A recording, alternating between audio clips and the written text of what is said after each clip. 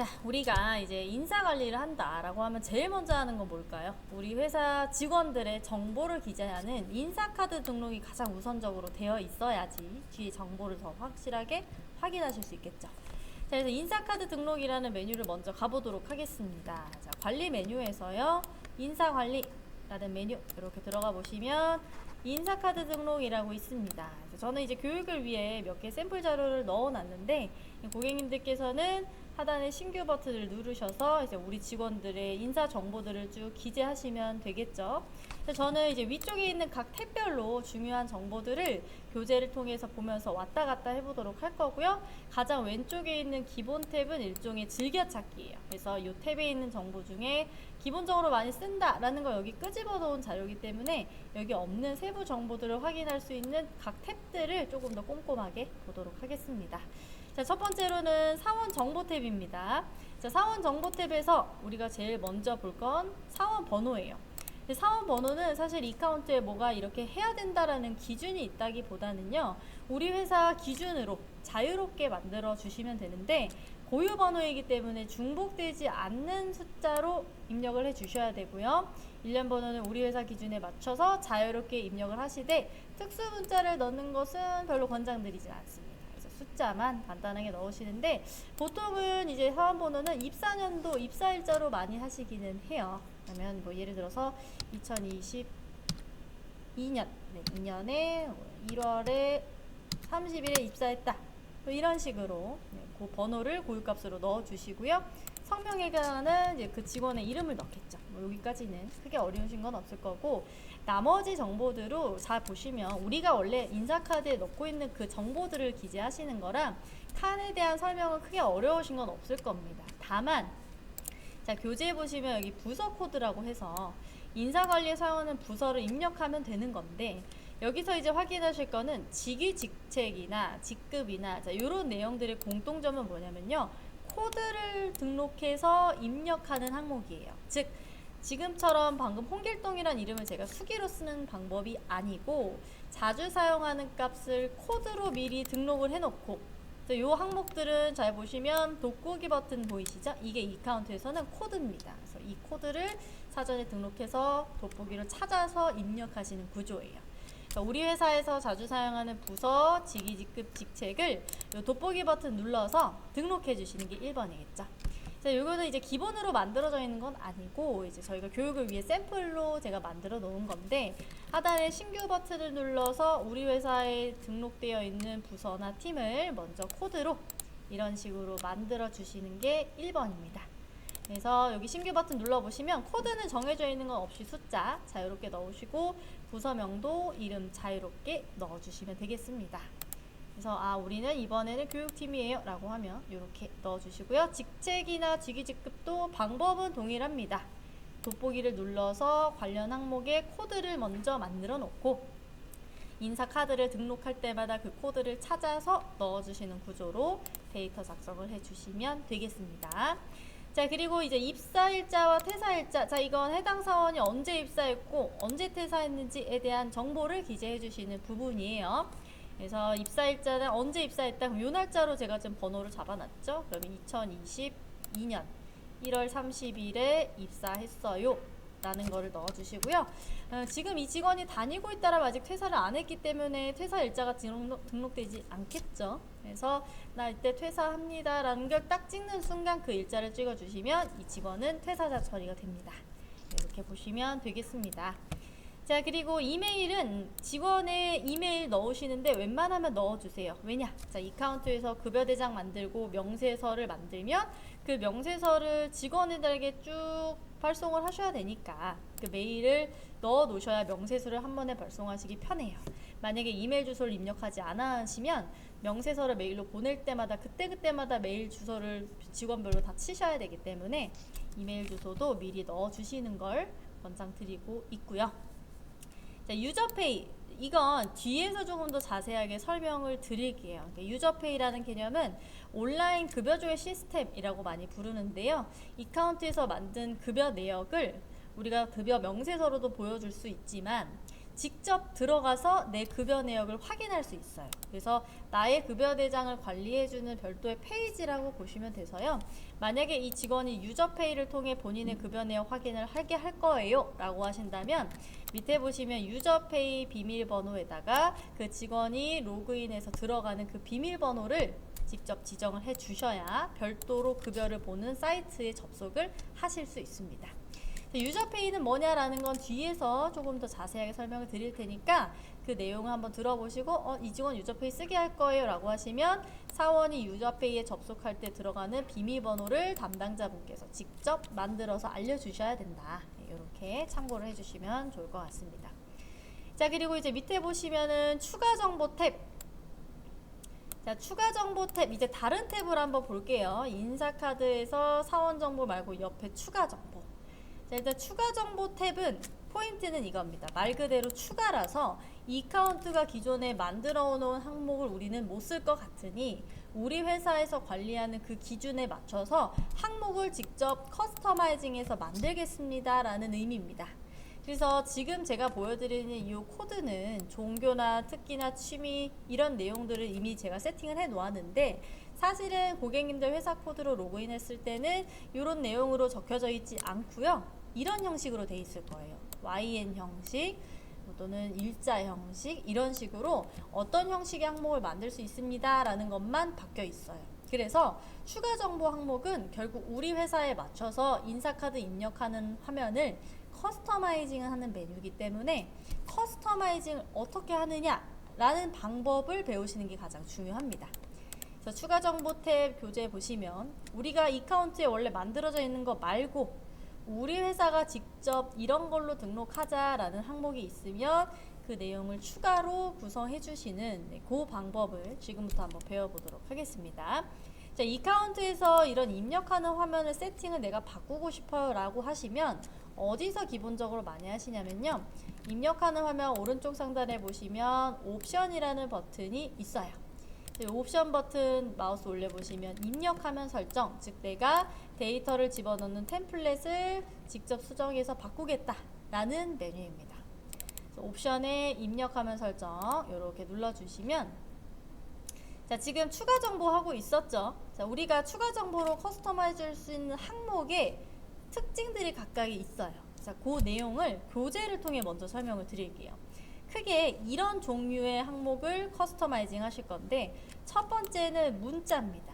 자, 문자는 말 그대로 문자 형식, 즉 내가 키보드로 직접 타이핑해서 텍스트 글자로 쓰는 항목이다 라는 의미입니다. 그래서 대표적인 게 뭐 종교, 취미 이런 건 글자로 써야 되겠죠. 그래서 글자로 쓸 수 있는 것들을 문자형을 쓰시면 되고요.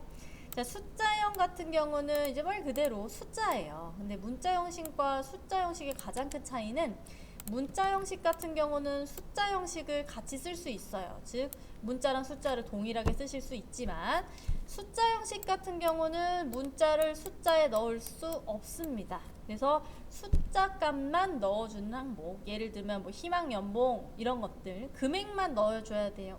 또 이런 것들을 고객님들께서 이제 어떻게 입력을 할 거냐에 맞춰서 문자로 쓸지 숫자로 쓸지 정해 주시면 됩니다. 자, 그리고 이제 일자 형식은 일자 값으로 넣어 주시는 거예요. 그래서 이건 이제 대표적인 게 아까 잠깐 보여드렸는데 이런 것들 있죠. 일자로 넣으시는 거. 달력을 선택해서 몇 월 며칠 몇 년도 이런 식으로 찍어 주시는 게 일자 형식입니다. 자, 대표적인 게 뭐 결혼기념일이나 배우자 생일을 우리 회사가 챙겨줄 거다라고 하면 넣어주시면 좋겠죠. 자, 그리고 코드형. 자, 이 코드형은 자, 아까 제가 부서나 직책 주기를 설명드릴 때 돋보기 버튼이 코드예요. 선택지를 만들어 주신다라고 말씀드렸는데 그 선택지를 추가 정보라는 항목에다가 이름을 바꿔서도 만들어 주실 수 있어요. 그래서 해당 사원에 대한 참고사항을 포인트는 코드 형식. 코드 형식으로 우리가 텍스트처럼 그때그때마다 입력을 계속 바꿔서 하는 게 아니고요. 자주 쓰는 값들 선택지로 미리 저장을 시켜놓고 그걸 이제 우리가 돋보기로 찾아서 연결해주는 흐름으로 입력을 해주시면 됩니다. 자, 코드형은 어떻게 하는지 이따가 자세하게 한번 더 보여드릴게요. 이런 거예요. 자, 보시면은 돋보기 버튼을 이렇게 눌러서 자주 사용하는 값들을 이렇게 골라서 쓰시는, 그리고 그 선택지도 고객님들께서 마찬가지로 만들어 주셔야 합니다. 네. 자, 그리고 이제 마지막으로 보는 건 why 했냐. 자, 이건 yes or no예요. 예, 아니요, 여부를 선택하시는 건데요. 그래서 why 했냐는 선택지가 딱 두 개입니다. yes 또는 no인지. 자, 요거는 딱 두 가지 선택지로 가를 수 있는 항목들인데, 뭐 대표적인 게 차량 흡연 여부, 흡연함, 안함, 차량 소유 여부, 차량 있음, 없음, 이렇게 명확하게 떨어지는 구분 내역들은 Y 행령으로 넣어주시면 되겠습니다. 자, 그러면 이제 우리가 어떤 항목을 어떤 식으로 넣는지는 알겠어요. 그럼 예를 들어서 저는 지금 이 흡연 여부를 이 YN 형식으로 쓰고 싶은데요 라고 했을 때, 근데 지금 이 항목은 어떻게 돼 있죠? YN 형식, 이렇게 기본값으로 급자가 써져 있죠. 근데 우리는 이걸 이제 흡연 여부라는 이름을 바꿔서 흡연 여부에 Y로 찍을지 N으로 찍을지를 고르겠습니다. 자, 이게 이제 커스터마이징이에요. 즉, 이 형식 항목들의 이름을 내가 원하는 대로 바꾸자 라는 의미인데요. 자, 오른쪽에 옵션에 마우스 올려보시면 입력하면 설정, 여기서 지정해 주시는 거고요. 자, 그 중에서 우리는 지금 추가 정보를 하고 있었어요. 그쵸? 자, 그 중에 저는 아까 YN형을 바꿔서 쓰려고요. 그러면 YN형 추가 항목이라고 되어 있고요. 여기가 입력하는 그 항목의 명칭입니다. 예를 들어 저는 이거를 1번을 흡연 여부로 쓸 거예요. 그럼 항목에다가 흡연 여부라고 이름을 바꾸고 저장을 하는 겁니다. 그럼 그 다음부터는 내가 추가 정보를 기재해야지 라고 해서 추가 정보를 땅 하고 눌렀을 때 흡연 여부라는 걸 고를 수 있는 칸이 생겼죠. 그래서 다른 직원이 인사카드 정보를 넣는다고 해도 이 내역을 딱 보고 아, 여기는 뭘 넣으면 되겠구나 라는 걸 참고해 주시면 되겠습니다. 그래서 제 포인트는 이거였죠. 양식 설정하는 방법. 네, 옵션에서 입력화면 설정과 추가 정보 탭을 명칭을 수정해서 할 수 있었다. 네, 커스터마이징을 할 수 있는 영역이라고 보시면 되겠습니다. 자, 그리고 이제 밑에 보시면 기타 설정 탭. 여기는 크게 많이 보실 거는 없어요. 그래서 탭 중에 가장 오른쪽 끝에 있고요. 이 오른쪽 끝에 있는 기타 설정 탭은 두 가지를 볼 거예요. 세대주 여부와 급여 통장. 세대주 여부는 세대주인가요? 세대원인가요? 이 둘 중에 하나를 골라주시는 부분이에요. 요거는 이제 나중에 우리가 연말정산과 관련된 내용, 그러니까 우리가 이제 이 사람의 이 신상 정보가 어떻게 되느냐에 따라서 급여나 또는 공제 내역이 달라지거나 할 때 그 내역을 정확하게 넣어주셔야 되는 거고요. 급여 통장은 이제 우리가 이 직원 급여를 어디로 보내줄 거예요 라는 내용을 입력하시는 부분입니다. 세대주 여부는 둘 중에 하나죠. 주인지 원인지. 그리고 이 직원의 급여 통장, 어느 은행 통장이고요. 계좌번호 몇 번이고요. 예금주는 어디로 들어가야 되고요. 네, 그런 기재하는 칸이기 때문에 직원들의 급여 관련 내용 쭉 입력해 주시면 되겠습니다. 그래서 우리는 기타 설정 탭까지 한번 봤고요. 이제 다음 페이지 넘어가 보시면 유저페이. 자, 요거 아까 제가 뒤에서 좀 더 자세하게 설명드릴게요 라고 말씀드린 부분인데, 이 급여 열람 시스템이라고도 많이들 부르세요. 급여 열람 시스템이란 우리가 급여 내역을 직원에서 이제 우리 인사팀 분들이 쫙 입력을 하시겠죠? 그러면 그걸 직원이 회사로부터 급여 명세서라는 이제 종이를 메일로 받으시거나 또는 이제 출력해서 받으실 텐데, 인사팀에서 배부를 해야지만 받아서 확인하는 게 아니고 저장한 내역, 즉 급여 내역이 어카운트에 그대로 찍혀져 있다라고 하면 이메일이나 종이로 받지 않고 급여를 조회할 수 있는 사이트가 별도로 있습니다. 그 사이트에 들어가서 내가 직접 내 사원번호와 비밀번호를 넣어서 바로바로 확인할 수 있는 프로그램이에요. 그래서 이 사이트를 쓰시게 되면 이제 인사팀에다가 명세서나 대장 주세요. 뭐 대장은 주시지 않겠지만 명세서를 보통 주라고 하실 텐데, 이걸 계속 요청하시는 게 아니라 직접 들어가서 내가 바로바로 확인하면 되는 거예요. 그래서 이 급여 열람 시스템에 들어가셔서 보는 방법은 접속 방법을 제가 이렇게 설명을 한번 드려볼게요. 그래서 보통은 이제 요 급여를 조회하는 사이트가 별도로 만들어져 있기 때문에 요 주소를 치고 들어가셔도 되고요. 아니면 내가 어카운트를 로그인하는 화면에서 다른 사이트로 넘어가서 보셔도 됩니다. 그래서 보통 우리가 이카운트를 로그인할 때는 이런 주소 쓰시죠. login.ecount.com. 그러면 이 로그인하는 그림을 잘 보시면 ERP라고 써져 있죠. ERP. 그러니까 ERP라고 하는 것은 이제 우리가 프로그램, 뭐 재고, 회계 이런 거를 쓰는 로그인 페이지는 login.ecount.com이에요. 네, 요건데 우리는 급여를 보고 싶어요라고 하시면 첫 번째는 이 주소에다가 아까 보여드린 pay.ecount.com 이라는 주소를 따로 치고 들어가셔도 되고, 로그인하는 페이지 오른쪽 끝에 보시면 유저페이라는 메뉴가 또 따로 있어요. 이 유저페이 버튼을 이렇게 누르시면 pay.ecount.com이라는 주소로 넘어갑니다. 그래서 우리가 자주자주 관리를 해야 되는 그 사이트를 직접 기재하시거나 아니면 ERP를 통해 타고 들어가서 확인할 수도 있다. 네, 그 점 참고해 주시면 좋을 것 같습니다. 유저페이 로그인 하시는 방법은 이렇게 유저페이라고 써져 있죠. 회사 코드, 아이디, 비밀번호를 기재하실 건데, 회사 코드는 우리 회사 코드 동일해요. 그 코드를 그대로 넣어주시는 거고, 아이디와 비밀번호를 많이 헷갈려 하시는데, 아이디, 비번은 우리 ERP를 로그인하는 아이디와 비밀번호가 아니에요. 그럼 어떤 거를 넣나요? 자, 유저페이를 로그인하는 그 기준은요. 자, 우리 회사가 이렇게 인사카드를 등록하실 때 사원번호를 넣으세요라고 말씀을 드렸죠. 이 사원번호가 아이디입니다.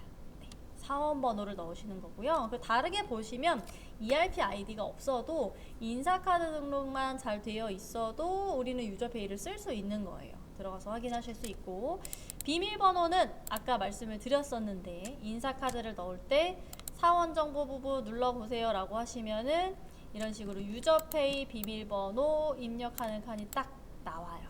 그래서 여기서 등록한 그 값을 담당자분이 전달해 주시면 고객님들께서 직접 그 비밀번호 전달 받아서 로그인하는 유저페이 페이지에 넣어 주시면 되는 겁니다. 네.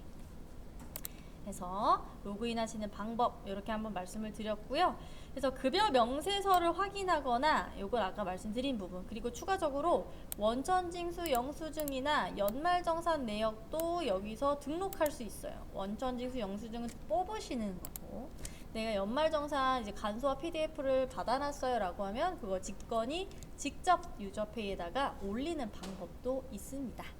그래서 그 내용 한번 쭉 확인해서 우리 회사는 유저페이 쓰면 되게 편하겠다 라고 하신다면 그 내용 참고해서 넣어주시면 되겠습니다. 자, 그리고 이제 다음 페이지 가보시면요, 신상정보와 인사자료 탭, 다른 탭을 이제 또 볼 거예요. 유저페이에 대한 기능을 한번 봤고요. 자, 그리고 이제 신상정보 인사자료 탭은 신상정보는 한번 눌러볼까요? 그러면 우리가 사원정보처럼 아까처럼 그냥 간단하게 부서나 직책 이런 식으로 넣으시는 게 아니고 좀 더 자세한 정보들을 각 항목별로 입력하는 거예요. 그러니까 예를 들면 인사자료 같은 게 좀 많이 하시는 건데 이런 것들 있죠. 이 직원은 졸업은 어디 했고 학력은 어떻게 되고 기존에 뭐 어떤 경력이 있고 자격증 같은 건 뭐뭐뭐가 있냐 라는 것을 각각 항목별로 별도로 기재를 해 주셔야 합니다. 그래서 여기는 이제 포인트가 좀 더 우리가 그냥 단순하게 부서나 이런 걸 하나씩 일반적으로 넣는 게 아니고 각각의 항목에 맞춰서 세부 자료를 더 넣을 수 있는 내역이에요. 자, 그래서 제가 만약에 학력사항을 넣는다라고 하면 어떤 대졸 이게 아니고요. 입력이라는 버튼을 따로 눌러서 입력하는 칸이 나오면 그 내역을 넣어주시면 되는 거예요. 자, 그래서 여기 학력사항을 제가 다시 한번 눌러볼게요. 그래서 이렇게 눌러주시면 이제 좀 더 우리가 세부적으로 입력할 수 있는 내역들을 쭉 기재해 주시는 거예요. 그래서 학교는 어디 나왔고, 입학은 언제 했고, 졸업은 언제 했고 이런 정보를 각각의 항목별로 따로따로 넣어주시는 부분이기 때문에 우리가 좀 더 자세한 정보를 넣을 거예요. 그러면 인사자료나 신상정보 탭을 활용하시면 됩니다. 그래서 이렇게까지가 이제 신상정보 인사자료 탭이었고요. 자, 그 다음에는 이제 여기서부터는 뭐냐면요. 우리가 인사카드 정보를 기재하는 곳은 끝났고요. 이젠 또 뭘 할 거냐. 자, 직원이 이렇게 입사를 하면 나중에 또 어떤 경우가 생기죠? 인사 발령이 날 수 있죠. 뭐 예를 들어서 승진을 했다거나 아니면 부서를 이동했다거나 이런 내역이 필요하면 인사 발령 내역을 쭉 기재해 주시는 부분인데요. 자, 인사 발령 입력. 자, 카드를 등록하는 건 끝났어요. 인사발령 입력이라는 메뉴에서는 이제 이 직원의 직위직급이 바뀌었어요, 부서 이동을 했어요 라고 했을 때 쓰시는 일종의 전표 부분입니다. 자, 여기 인사발령 입력 화면 들어가 보시면 일단 첫 번째 일자, 자, 이 일자는 발령일자랑이라기보다는 내가 이 전표를 입력한 날짜의 개념으로 보시면 되고요. 실제로 발령한 날짜는 밑에다가 적어주시면 됩니다. 그래서 우리가 이번에 어떤 직원이 어떻게 인사발령이 났다라는 부분을 넣어주시는 파트예요. 그럼 뭐 예를 들어서 인사발령이 작년에 난 거죠. 2023년에 과거 자료로 이 사람이 발령난 이력이 있어요. 그러면 꼭 이게 현재 날짜 아니어도 괜찮아요.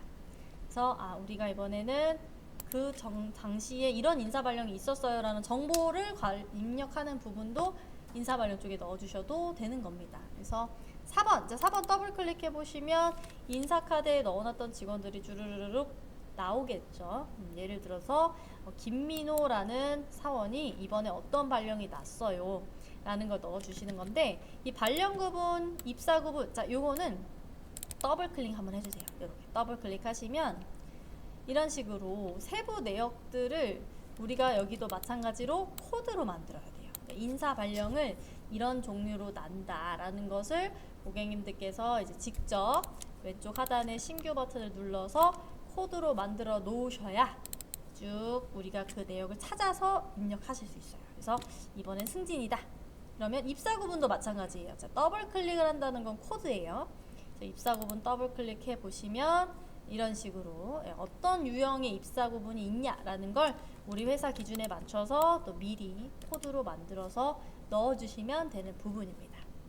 이렇게 쭉 다 넣어 놓으신 다음에 예를 들어서 이 직원이 입사할 때 뭐 신입이 아니라 경력으로 들어왔다. 경력으로 들어왔고요. 자, 그리고 이제 인사 발령 내역을 입력하는 곳이 이렇게 두 가지 타입이 있어요.